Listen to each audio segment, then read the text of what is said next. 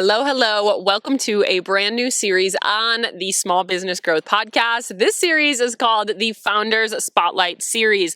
Basically, what we're doing is we are bringing businesses that have become successful, that have found growth somewhere, and bringing their success stories to you. But in true small business growth fashion, I want to do it in a fun, conversational type of way. No more of this heavily scripted interviews. Here, these founders are having raw and real and this genuine conversation with me and you all about their business growth, sharing insights, and giving just a behind the scenes look on how they got to where they are. We can learn something from everybody, and today is no different than the rest. Today we are interviewing Lauren Bean. She is the founder of Unfinished Apparel, which is a mission-driven apparel line with every purchase is allowing for a psychiatric patient to be switched from paper scrubs into one of her cozy sets. I have always loved her marketing, and I was so excited to have a conversation with her today. I was so excited to sit down and have a conversation with her and have her be our first founder spotlight in the Founder Spotlight series. Keep an eye out for more of these coming in the future. I am so excited.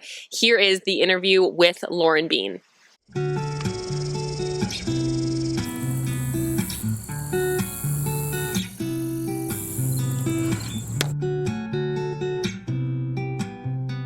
Hi, Lauren. Thanks so much for being here.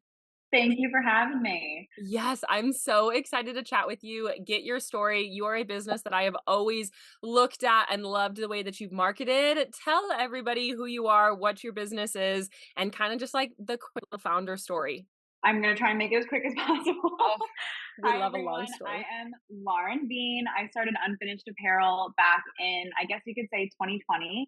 It started as just a college side hustle mixed with a passion project. And today it is a retail e-commerce brand, has a donation program, and a direct business to business therapeutic clothing program. So over the past few years, a lot has happened. We started in my apartment, very tiny little embroidery business that was honestly like a COVID hobby that I kind of picked up, started posting on Instagram, all the different stuff that I could embroider. It was just like one of those things that was great to pass the time. It was great for my mental health. And then I learned about the conditions of psychiatric units during this time through friends and also through social media. And was like, you know what, this little business would be a lot more fun with kind of a big mission behind it. And just like, Yeah. let's see how much impact I can have as like a little college student. Because obviously during COVID, I feel like we all felt very small and so much was out of our control. And I was like, what a fun way to kind of like give back and maybe let's see if I can better the psychiatric world in a little way. So our goal was to get patients out of paper scrubs, which for those of you who don't know are disposable, see-through, itchy, very uncomfortable paper scrubs that a lot of psychiatric patients wear as kind of their uniform during their stay. And there are a lot of reasons for that I can get into. But they ended up in them, even though they're really not the best thing for the patient the vast majority of the time. And so our goal was to replace those paper scrubs and get these patients into warm, cozy clothing that they actually had a choice in so that they felt humanized, they felt comfortable, and they could kind of not have to deal with a physical hurdle of being uncomfortable so they could just focus on their mental and emotional health. So that's just a little bit of the background on how we got started. But yeah. I love that. And I think your mission is so incredible. And it's really great to start, like you said, like you started kind of just like kind of lifestyle, whatever, and then moved into having more of a community at the focus, like a problem at the focus. And that's something that I talk to a lot of my clients about as well, is like really having that like mission, the value, something behind it to like really call in the right people. So when you made that shift, did you then sell more business to business, or did you keep kind of trying to build direct to consumer alongside of it? So we didn't start doing business to business until October of 2022 was actually when we first started doing that. So everything started as direct to consumer. And I completely agree with you on the part of like, you need to ask yourself, what am I doing for the world? Yeah. And that doesn't have to be, a philanthropic thing. It does not have to be that. But if you can't answer the question, what is my product doing for the world or to change the world or to change someone's experience, you're going to run into a problem. Like you have to be able to have something that sets yourself apart.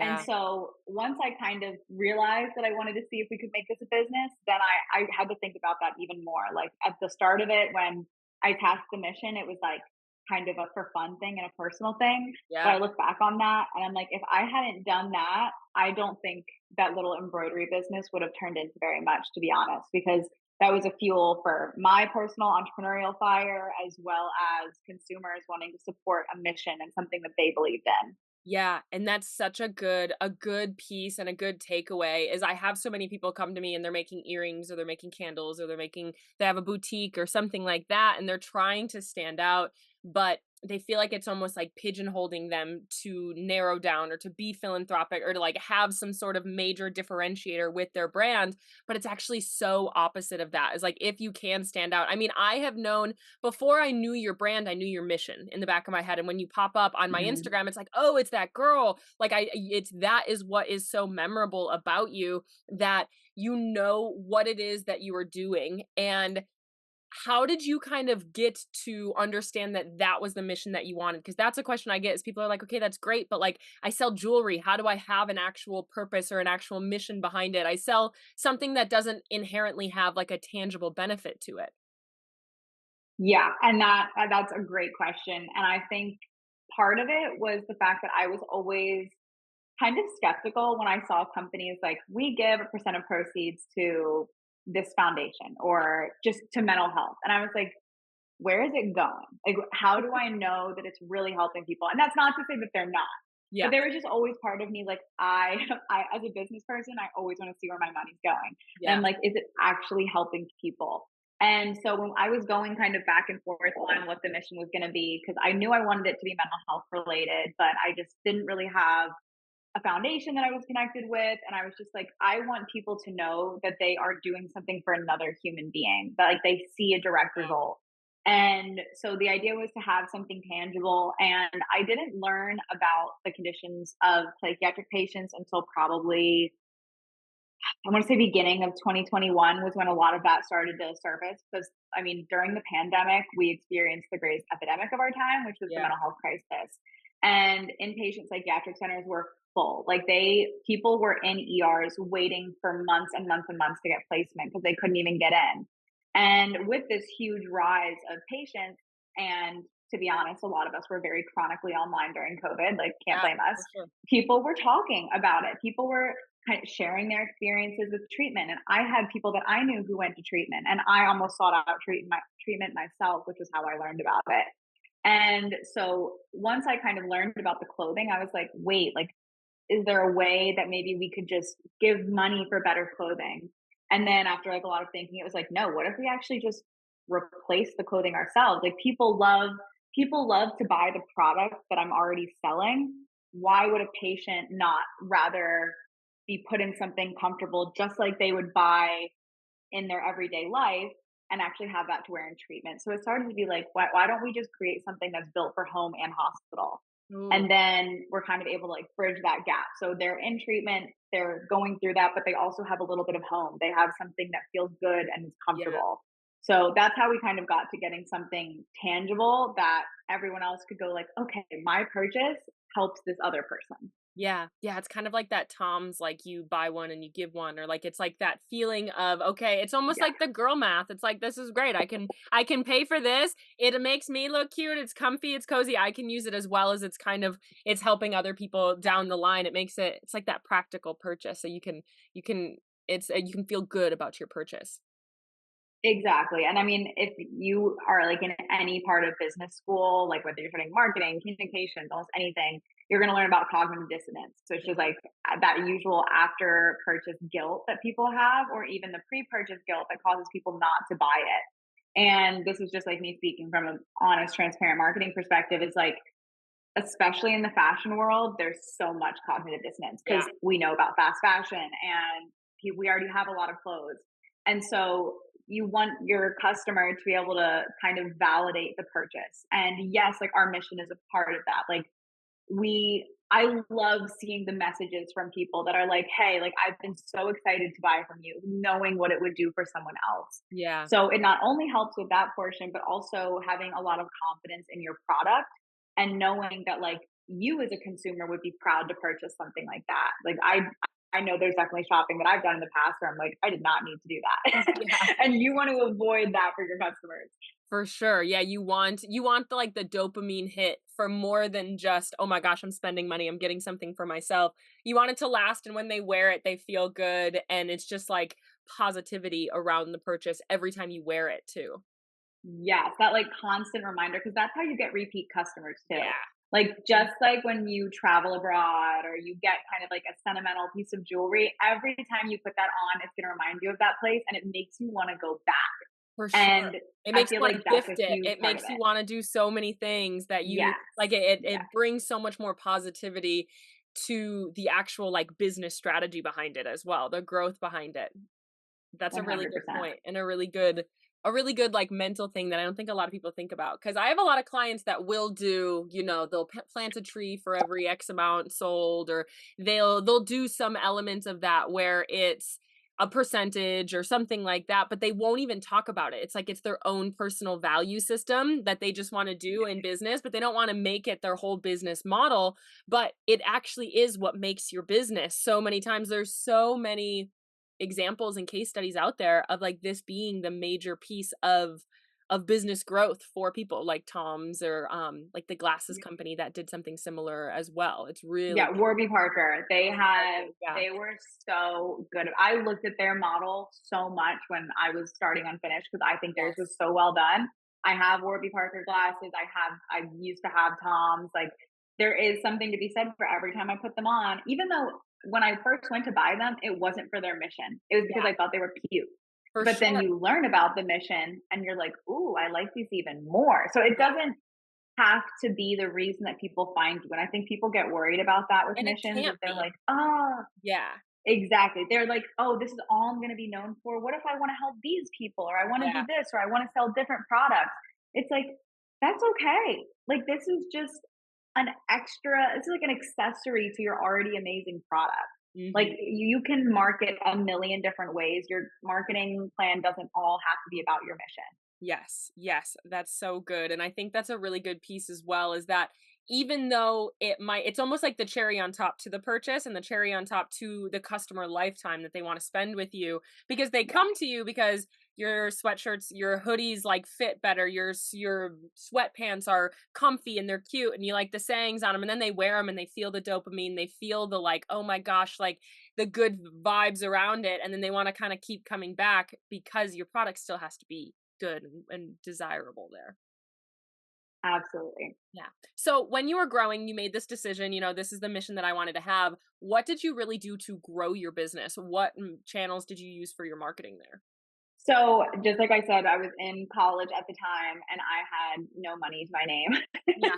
So, like, paid marketing was not a thing because so many, I get asked that all the time of like, oh my gosh, how much did you have to dump into paid marketing? And I was like, nothing. Like, I did not have access to that kind of money. Yeah. And in the beginning, it was all on TikTok. Like, we had an Instagram account, but it had like no following. And I had to kind of get over the hurdle of being uncomfortable on social media because like I mean I did musical theater, I put myself out there as a kid, but Yeah. like being on camera and doing the like cringy trends and stuff like that, Mhm. like it was uncomfortable at first and I had to kind of like get over that hurdle and I told myself I was like it's COVID, anything goes, I can do what I want. No And one's I seeing just me started anyway. kind of marketing on there and to be so honest, the first video that ever went viral for us had nothing to do with our mission. It had nothing, like literally nothing to do with our product practically. Practically. It was making fun of another video. It was like a funny guilt trip video. And I was like redoing it. And the original girl had posted something. I was like making a fake order since I've gotten an order. And everyone in her comments was like, this is so, like, this is ridiculous. Like, come Oh my on, you have a gosh. million followers. And I thought it was hilarious. And so I remade the video. And even in the caption, it said, like, let me know if you've seen the original. But that video blew up and we got like tens of thousands of followers from it. And I was like, are you kidding me? Like, I'm trying to help people and I'm posting about it and it gets no traction. And yet, this stupid video Oh, you're like, so of many. course.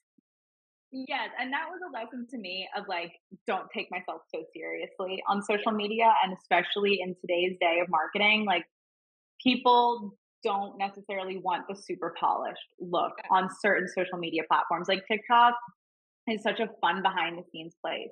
And Mhm. so once that video blew up, I learned a lot and I learned kind of how to market and how to market on social media in kind of a what I called it was like a quiet controversial way. I Yeah, didn't go out there and say something I like love that. preposterous, but I said something that I maybe wouldn't necessarily say it like that in front of everyone, but I Mhm. could say it on social media. Maybe I had a double meaning. I knew if I could get people in the comment section saying something, For sure. then I was gonna win. For sure. And so I Yeah. kind of started using that method. And once I got one or two more videos to get a lot of traction, I would look at the analytics. I would see, I was such a nerd. Like, you do have to be a nerd about this stuff. And people are just like, oh, the algorithm makes no sense. The algorithm makes no sense. It makes no sense until you go full on nerd about it. And Yeah. then it does. Like, there's a Mhm. reason that like social media managers are really good at their jobs. Like, Yes. you have to get in those analytics and figure out, like, it could be something as simple as I know that if I wear certain colors, Yes. I know the videos do better. And that's ridiculous, but it works. Mhm. So I got that level of nerdy in the beginning and I I love still it. am today. But that is what blew up our company and eventually our mission. Like, I found ways to market our mission that got people listening to it, and that made a huge difference.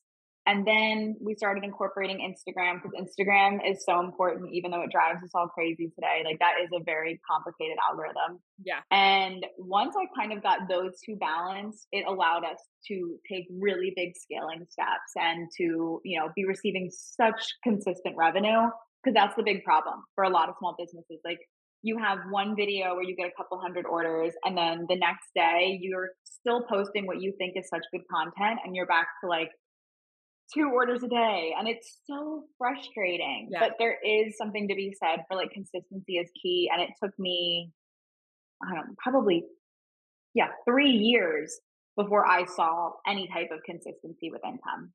Yeah. That's so good. You just said so many good things. I was like writing notes to make sure we went back to it. First things first, quiet controversy. This is such a big strategy, especially on TikTok where it is a really high engagement platform where like everybody hates getting hate comments, but like they do fuel the algorithm and they fuel getting you out to the right people as well, because for Hmm. everybody that sees it that might be against it, you're going to get more people that see it that's like, oh my gosh, this is great. And people might be more likely to say something like negative in that sense than they are to be like outwardsly, oh my gosh, this is the best thing I've ever seen. And so you have all of these people behind the scenes seeing it. And like you said, it's not that you're going to come out and like make these crazy stances. It's just something that can bring a little bit of controversy that strums up engagement. Like, even like I saw somebody the other day who posted, and all she's like in her kitchen and all of her cabinets are open and like there's just like stuff everywhere all over the countertops, and everybody in the comments is Hmm. just talking about the cabinets open behind her. And she made a video, she was like, why do you think I always have my cabinets open? Is because you guys are all commenting on it, and like that's just what I'm Yeah. doing to hack the algorithm. It's just finding little things that gets people to comment. I've seen this work in a Yeah. lot of ways. It works so well. And Yeah.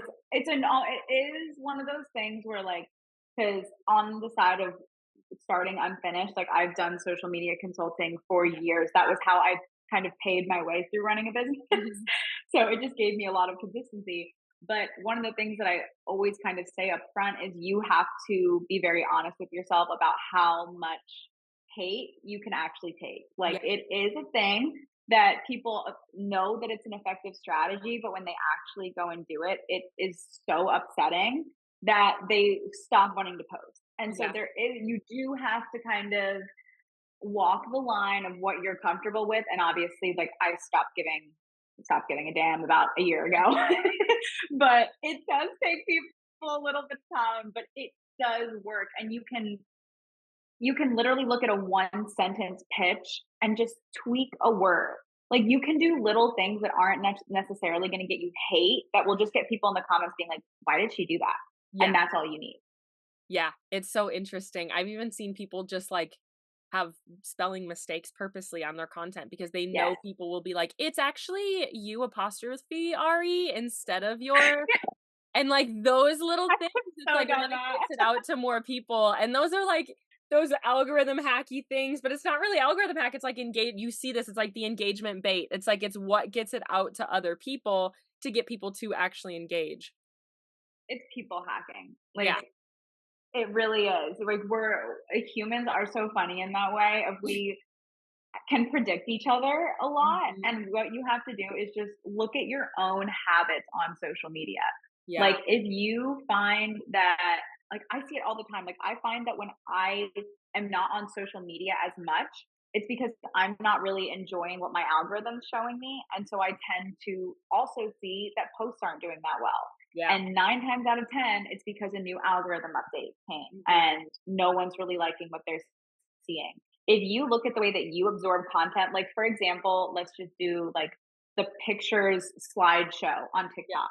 Yeah. That was working for companies so well because so many people are in bed with their volume on low and they don't want to actually listen and they want to just read. So having text helps Mhm. so much. Like, you have to Yeah. just put yourself, like, just how you are is how your customers are. Like, Yeah. it really is in a way that simple. For sure. And it is, it's like, how are you consuming? And a lot of times you are either a version of your customers as well as like, how are you Mhm. consuming? And I think there's a lot of people like that are like, well, I never engage. I never do. I never comment. I never save people's stuff. And it's like, okay, well, let's think about the like few times that you have, what are the circumstances that made you do that? And it's too bad that as like people we have to rely on the like trolls on the internet to engage to try to kind of gain a little bit of traction there. But if it does work, like what are those little things that you can do to kind of pull out some of that engagement? I think that's really interesting. You talked about kind of analyzing the analytics. So did you just kind of sit down and start creating a bunch of content and then just look, okay, what are the small little bits and pieces that worked on this one, didn't work on this one? Yes, and I will say take this with a grain of salt because the algorithm has changed a lot, and I don't think it's fair to tell people to post 10 times a day to get the answers they want. It used to be like that. TikTok used to be about quantity over quality, especially, and that was my strategy. Like, I Yeah. committed to posting 7 or 8 times a day, even if it was like the stupidest content, to be honest. And I would then dive in like once a week, dive in, look, did anything perform well? And sometimes nothing would perform well. And I would be like, okay, I need to do something completely different. I Yeah. need to change my pitch this week. Like, I would just try and change everything. And then as time goes on, like, I tweak little things. But Mhm. you do definitely just have to start off with like doing an audit. And even if you don't want to post every single day, like, look back at a year of content. Yes, the algorithm has changed, but people haven't. And at Mm. the end of the day, the content that performed well, there was probably a reason for it. People love to say like it's so random. It's not. Yeah. There is some randomness to it. I'm never going to argue with you about that. Yeah. But there's also probably a little key in there. And maybe you can, if you have like 5 posts that blew up, you look at every single detail. Did you even like, did you speak in first person? Or what were you wearing? What was your Yeah. lighting looking like? What were Mhm. you talking about? Was it a behind the scenes of your business? Or were you doing a day in the life? Was it vlog style? Like, there are things that you may think that are not important, but they are. So get Yeah. super nerdy about it. Like, write down everything with those videos and see if you find any correlation. Yeah, I think that's so big. I've had like friends and other clients and stuff that'll look at even like they'll look at if they smiled in the first 5 seconds. They'll look at the color of their shirt. They'll look at like what's Hmm. going on in the background of their video. It can be such little things that really happen. And like you said, I love that you said the algorithm changed, but people haven't. The strategies still work. They might work a little bit different. Like the algorithm is like the cherry on top. It's like the medium that like might Yeah. take off, and there's always going to be that randomness. But if you're just focused on algorithms, it's a great excuse to never see any result. And so if you look at kind of more of that strategy and look at your messaging, look at what you're saying, look at the quality of what you're creating, that stuff is stuff that you can control. You'll never be able to control the algorithm, and I think that's a really big piece. Yeah. Otherwise, you'll be angry forever. You're in like a Because the algorithm is perpetual like, never, yes. yeah, you're never going to get the algorithm to be exactly how you want it. So You just kind of have to do everything in your power. Yes. Yeah. I feel like the algorithm is just, it's such an excuse to just be like, well, the algorithm's hating me. The algorithm's not working. It's like, okay, let's look at the content that is performing, even if it's performing slightly better. What did you do in that one versus this one? Let's take it and like test some more similarities in that one. That's a really good point. Did you find that content performed differently on TikTok versus Instagram, or did you see that the content that performed somewhere kind of performed everywhere? Oh, that's a really good question. I've used to this day, I use TikTok as my guinea pig for Instagram because I don't even have a perfect reason as to why. I think actually no, I do. Because I can't post as much on Instagram because they don't like that as much content as Yes. TikTok does. I test things out on TikTok, and if they perform well on there, I usually post them on Instagram. And I would say there is an extremely high correlation between those two. Yeah. Like 9 times out of 10, if it performs well on TikTok, it will on Instagram. And sometimes I post a video on Instagram before TikTok, and it does really well on Instagram and terrible on TikTok. And then once I started incorporating YouTube, that's one I can't even say I've fully figured out. That one's very complicated. Yes. But, yeah, I do find that they perform very similarly, except for, like, TikTok super TikTok trends. I don't even know, like, how to describe it. No, There's some totally. stuff that you kind of have to look between the platforms, and you know that Instagram is almost always behind TikTok, Yeah, like which a is couple of why weeks. I usually yes. And so if your song is trending on TikTok and you post a video and it blows up, you need to go over to Instagram, look at what the trending sounds and see if that sound is even on the trending list yet. Yeah. Wait a couple days and it probably will be. And then when it's just starting to trend, go post that video. Get it in there with that rise of that audio. So Mm. know that there's a little bit of a delay. And then YouTube, I think is like a month and a half behind. I swear. It doesn't make any sense. YouTube is so behind, but Yes. so I'm slowly figuring out the timeline, but yeah, I think because you can get away with a lot more on TikTok, I think do your test runs there and fine tune it on Instagram. Yeah. Okay. So major things is you're really getting analytical with it, with the data, looking at the numbers, seeing what's working. And it seems like understanding the etiquette of the different platforms is really, really Yes. key, really knowing how they all work together. Yeah, that's a perfect word for it. Yeah. I think that's awesome. Did you feel like you had, like you said, it took 3 years to kind of get to that like consistent sales mark. Did you feel like you had like a moment or like a video that went viral that you were kind of like, okay, like this is happening, like this is really gonna work? Or was it kind of just consistent growth over time of more videos working, more videos working? That's a good question and a complicated question. And because you're a bunch of business owners will listen to this, I'll just be super transparent. 2023 was like my personally hardest year of business because Yeah. it was my first year where I was not in school and where I was putting everything into this business. And it was very hard to not see like consistent income and to be like so heavily reliant on another side hustle. Like that was just really difficult to see. And we went through during that year, the beginning of the year, we were doing super well. Like it was super high sales. I mean, we're retail. We almost always do well in the second half of the year. Yeah. And it's that like spring, early summer section that tends to be very difficult for us. So we Hmm. got through the beginning of the year, it was fine. And I was like, okay, like, we're just rolling onward. And then we got to the spring and we hit like the biggest wall to this day that I've ever hit. Like no sales, no video would do well. It didn't matter Yeah. what I did. And it was exhausting. And I like remember calling my parents and being like, maybe this isn't going to work.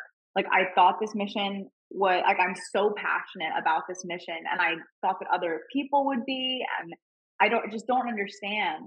And I had also just made our first huge investment in our own production of inventory. So I was just like in the worst place and I had no idea what to do.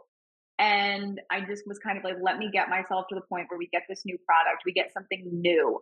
And I do think a lot of that was the answer. Like sometimes when you hit this wall, it's okay to reevaluate Yeah. and go like, is what I'm currently doing long term sustainable? Because, the Project Runway saying, if you ever watched it, one day you're in and the next day you're out. And Yeah. that goes for fashion especially. Hmm. And sometimes it's okay to go, you know what? My product, maybe the shine has worn off and it's time for me to go, okay, what else can I do? Yeah. How can I change the way I'm marketing this? Maybe I put a more emphasis on the mission. Maybe I change the way my mission's structured. Yeah. And that's basically what I ended up doing by doing this production of this new product. And we launched that. We barely survived the summer. Like it was awful. Yeah. And I had hired employees. So for the first time, I had like people counting on me. But this new stuff came in and we launched it. And when I started marketing the new stuff for new reasons, so I stopped just talking about the mission, I started actually leaning into the product and the product offerings that went super viral. Yeah. And we got like multiple viral videos. I got a lot more confident on camera too. I kind of just like threw caution to the wind and was like, I'm proud of this product and I'm going to talk about it as much as I want. And that got people listening. And I was super relatable about it. And I got comfortable speaking instead of just saying, like, I, this hoodie fits so well. I was like, you know what? If you have big boobs and hips Yeah. and your hoodies don't fit well like me, this is why I created this product and this is going to Yes. fit you like this. And people loved that. Like sometimes you have to be almost overly transparent with your customers and like Yeah. it's okay to do that. Like they're like you in the same way that we want to see models who like represent what our bodies look like. People want to hear about that, especially on social media. And thankfully social media is a great place to do it. So Yeah. I started doing that and we finally started moving this inventory and it was like the biggest breath of fresh air. I was like, okay, maybe this is going to work.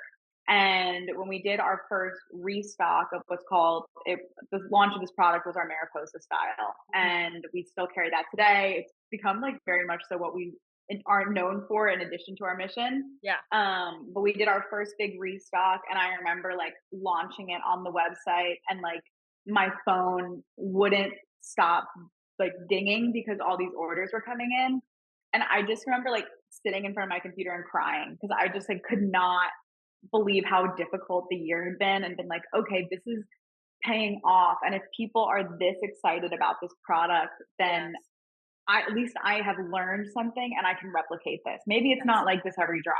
And it's not, just to let you all know. Once it happens, it doesn't keep happening. Sometimes you really hit the nail on the head, but you learn and you change the way that you make your products or you market your products Yeah. and you kind of just like hit those growth spurts and then learn in the plateau and then hit another growth spurt and you just kind of have to take it as it comes in a way. Yeah. I love that so much. You had so many good pieces there. And I think it takes so much courage to say, okay, like we're down bad. This is something I've been trying to do for a long time. And that spring summer lull is brutal because it gets in your head too, Mm. because nobody really buys. It's not nobody, but it's like the people are spending their money elsewhere during those times. So it can be really tough. And then you can get into the fall and the winter and you're like, oh my gosh, I wish I could have a little bit of a break. And that's a great time to look and say, okay, like, how can I pivot? And it takes so much courage to like scrap what you've known to like really try something new and really dive in and say, you know what? I have to do something different than what we've been doing and kind of start with a major pivot in your actions. I think that it takes so much courage to do that because it's scary because you know what has been working, but it doesn't mean it's always going to work. No, and it also doesn't go away. Like at the end of the day, retail is cyclical, and Yeah.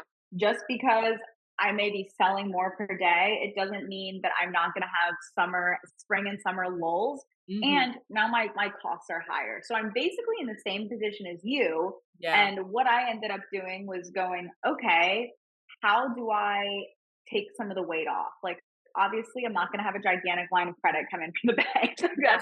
We're too small for that. So what can I do? And that was part of what led to starting the B2B process. I was like, okay, what's Yeah. something that we can really hone in the spring and summer? Maybe it's not a ton of production. Maybe we know in the spring and summer we plan. We get things ready for the fall. And we make sure that we may not be making money, but we prepare to make money. Yes. And so that's how we started this like second program. And if you are like a e-commerce small business owner, maybe you start looking at doing trunk shows and things where you can actually get in front of customers because spring and summer people are out and about. Yeah. They haven't stopped buying things. You're just not you just may need to be able to reach them in a different way. And Mhm. so put yourself out there in a different way. You don't just have to accept it and go into survival mode. Yeah. Like there is stuff you can do. Yeah. Yeah. People are just spending their money in different areas, in different places. They're just not spending as much time on their phone is really what it comes down to. Is And that matters. Yeah, it makes a big difference, and it's funny, like, as soon as the weather starts to turn and people start to, like, sit inside and watch movies all day, they're like, the sales start to It's picking come, up. and yes, it starts picking up, and it's great, but it is something that you can prepare yourself in those slow seasons to have an even stronger busy season where, like, "Okay, this might Yeah. not lead me to sales today, but in 3 months when people start buying, it's just gonna keep kinda snowballing from there." I think that's a great way to think about that. Yeah, just don't let the panic rule your big business decisions. Like it is, I think it's like 83% of small businesses fail within Yeah. their first 1 to 2 years. And I like that haunts me when I tell you that that statistic haunted me, especially that year because it was my second full year of business. And I was like, oh my God, we're never gonna make it. Yeah. Like this This is is my why, this is year. why. And I Yeah. look back and I'm like, oh my God, like thankfully I was stuck in a lease and had inventory on the way. I couldn't really get out. But I think Yeah. sometimes it does look so bad. Like it can look so bad, and not everyone is in the financial position to keep going. But Yeah. if you can and you can support yourself in some other way to try and see it through, like I really, really encourage you to do that. Yeah. Well, and if you would have let that lull control you, like yourself, instead of doing the pivot, instead of like, sticking with it, it would have been the demise. And I think that is why so many businesses fail is they see that and they let it kind of overtake their situation. But what you did is you saw it and you were like, no, I'm going to raise you one and we're going to like do something totally different and see if this works, and kind of having to just keep on chugging along and keep going through it. Yeah, yeah. There's totally something to be said for walking in a bit of confidence and just Yes. knowing like I know how this cycle works. I know Yes. who I am as a business owner and I'm gonna see this through. Yeah, and we need those reminders every once in a while. Lauren, Yes, if you we were do. to go back, what tips would you have for beginner business owners that might be making, a couple $1,000s a month, a couple $100s a month, that are super inconsistent? They're struggling in that like frustration cycle online. What would you tell them? This is gonna be controversial because That's all ever I right. We say love this, it. people have mixed feelings about it. But I think that if you are a small business owner and like everyone's telling you like, "Oh, put your all into this small business." I agree with that, but I Yeah. really really encourage you to have some other form of income. And I know people are like, "Oh, then you're not putting your all into it." I will tell you right now, I would never have been able to keep going Yeah. without doing that. And it let me take so many risks because, especially when you're a small business, you're going to get to a stage where you want to be able to make a huge investment in something like Yeah. inventory, or maybe you want to open up a storefront. And if you know that these lulls come and you can't go, oh, yeah, I can 100% afford it, Yeah. you'll never take those risks that are needed to grow your business. But Yes. having some other form of income, like knowing I literally have a spreadsheet that if I see, I can plug all these numbers in and I can go, here's how bad this month's sales could be, here's how bad this could get. Yeah. And if there's a little box that if that box goes red, I know I have a huge problem. Hmm. And that box almost never went red when I was starting out because I had this other income. Like it, I almost could like take huge risks, and Yes. yes, they would have consequences, but they wouldn't affect my personal financial life. And especially as you get older, like that is so hard. And when you start having a family, like I know Yeah. I don't even understand that. Like it's just my husband and I, but when you feel like your business success affects your family, that can be really, really hard. And like, I empathize with anyone who feels like that. But having the other income Yeah. takes that weight off in an amazing, mentally healthy way. Like, that is, I think that is my number one advice. Like, I cannot tell you how much that has saved my life, saved my business, helped my relationship. It has given me so much peace. I really can't recommend it enough.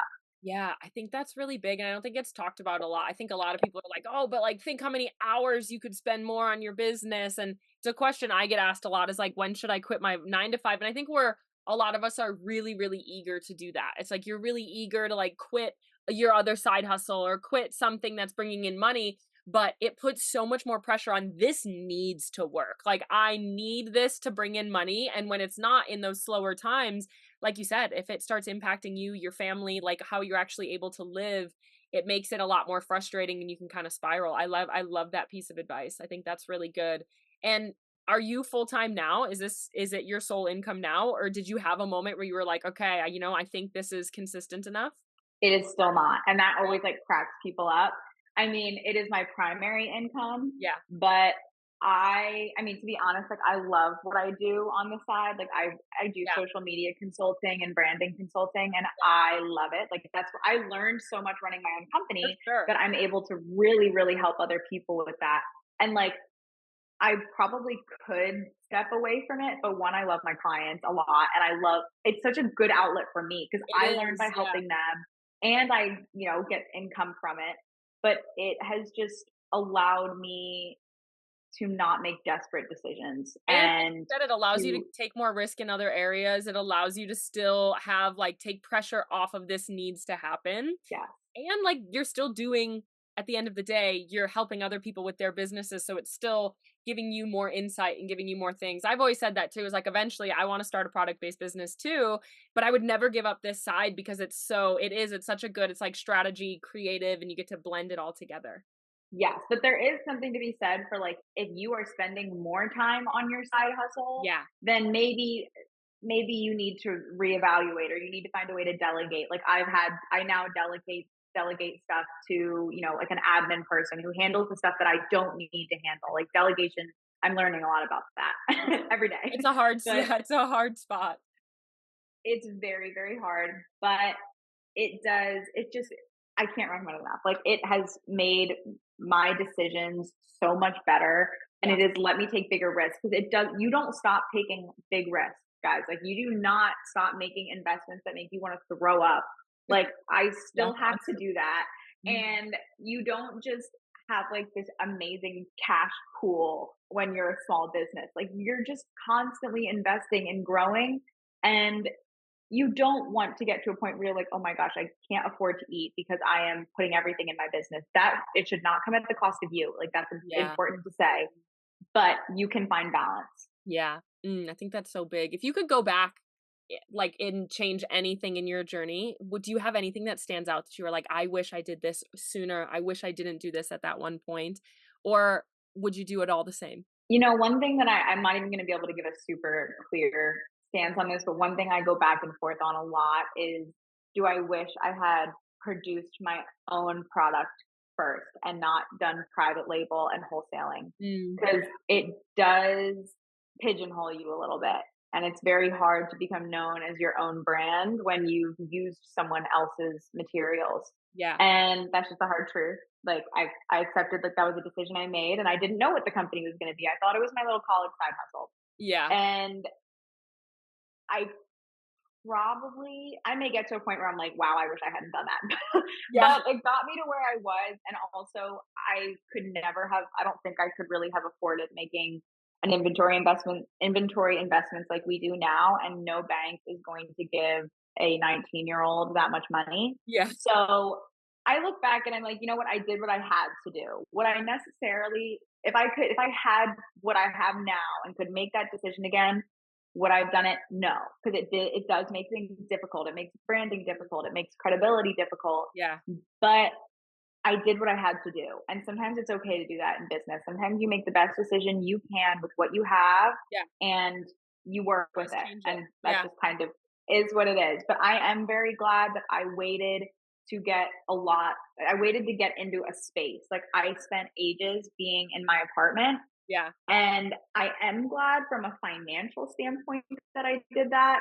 However, it was terrible for my mental health. So that is something that, like, I will say, if you get to a point where you have, I don't know, even if you can, like, rent a storage unit and you can have some church and state between you and your business, like, that is something that I kind of do for my own personal reasons regret keeping the business in my home for as long as I did because I Yeah. eat, sleep, and breathed it. Yeah. And Just so that I everywhere. would say, if you can separate that, please do. It's Yeah. actually better for your business because you show up to work, you work, work, work, you go home, and your brain rests, and your Yes. brain really does need that. Yeah. even just having like an office, that's something that I find living in the bus, is like I mean, it's 100 square feet. Like we don't got too much room. Yeah. And so it's hard to turn it off because my laptop's here and it's like you're still in your home, your kitchen, everything right there where even if it's just a different room, like you have an office that you can like close the door and like, all right, it's Yes. 5 o'clock. I can at least separate it. But yes, having a storage unit or having a studio or something that you can have, it makes such a big difference just because it also allows you to have more schedule and more structure to your day. Because I think like you have to Mhm. stay so self-motivated as a business owner to be like, okay, let me show up, sit down, I'm working. And then it's like, oh wait, let me do my laundry. Let me like make this food. You can kind of, yeah, I think that's a good piece too. So Lauren, you've said so much quiet controversy, really looking at the analytics, having kind of a mission behind what you're doing, so many good tidbits. But if you were to leave kind of like a legacy, an inspirational something or other to some small businesses, it's what you want to leave with people. This is what you feel like every business owner should know. What would your like one thing that you would want business owners to really know? And I know I put you on the spot on that, but it doesn't have to be too crazy. I think it goes back to like my 2023 business owning experience. Like, I'm going to tell you right now, you're going to hit a wall and you're going to go, why am I doing this? Yeah. And this doesn't financially make sense for me. And I don't know if I can keep doing this. Mm. And it's so cliche. So I like hate being the one to say this, but see it through.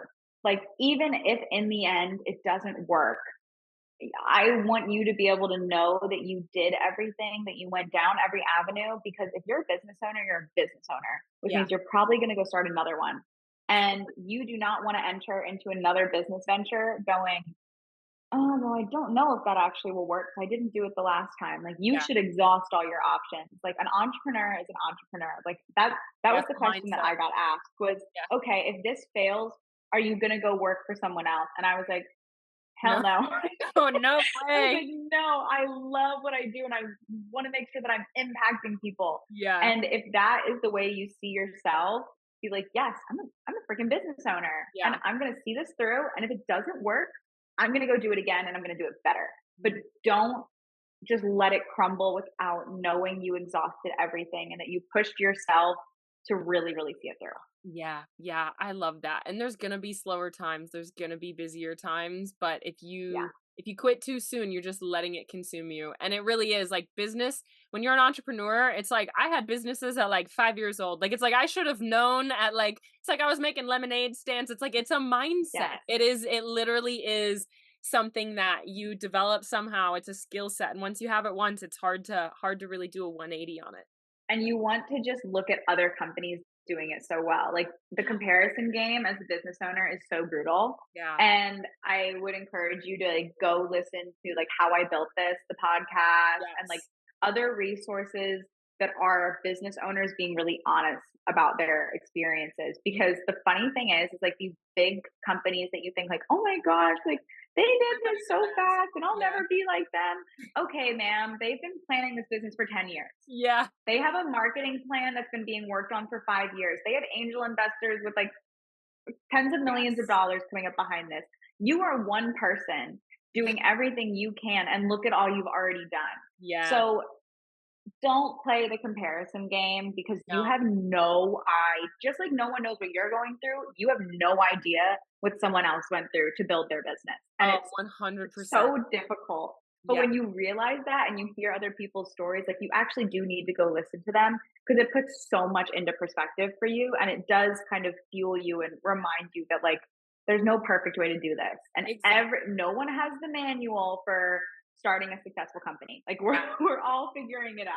Well, and there really isn't like one, this is what everybody did. Like you see people that the girl from It Cosmetics, I forget what her name is, Jamie Lee or something like that. She was on like QVC and that was her like, oh my gosh. And she was like, I was like sweating through my shirt. You get to hear all of these people's stories that are like in those moments that you're in. People are going door to door selling things. Like you hear Sarah Blakely, like what she was doing. There's so many stories that like all we see is that they're in all these stores now, but that business that seems like it like popped out of nowhere has been in the process for like 12 years. Like they've been working on it for years and it really is. It's like, okay, everybody had to go through this stage to try to figure out what actually works. What is that kind of that takeoff moment? Yep, it's okay to give yourself grace and time Yeah. and know that like your work will pay off, whether it's with this business or maybe with another one. But Learning, yeah. yeah, see it through and know it's a journey. Yes. Oh, Lauren, this has been so great. Where can people find your brand? Where can people find you? What's your website? Website is www.unfinishedapparelstore.com. You can find us on socials at unfinished.apparel. And if you have business questions for personal reasons, I'm always like my DMs, my personal DMs are always open. Like I'm always happy to chat about that stuff. I take every opportunity to like share my experience and give any advice I can. And my handle is at Lauren Dean with 2 N's. So yeah, you guys can find me and I'm here to help. Oh, well, thank you so much. This has been so great to hear kind of the inside scoop. Thanks for being on the Small Business Growth Podcast. Thank you for having me.